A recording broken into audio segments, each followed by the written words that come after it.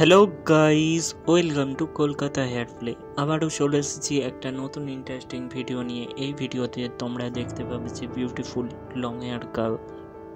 So ভিডিওটা কেমন লাগছে অবশ্যই নিচে কমেন্ট করে জানাতে ভুলবে না। আর চ্যানেলে যারা নতুন ভিউয়ার্স আসছো অবশ্যই চ্যানেলটা সাবস্ক্রাইব করে দাও এইরকম ভিডিও সবার প্রথমে দেখার জন্য।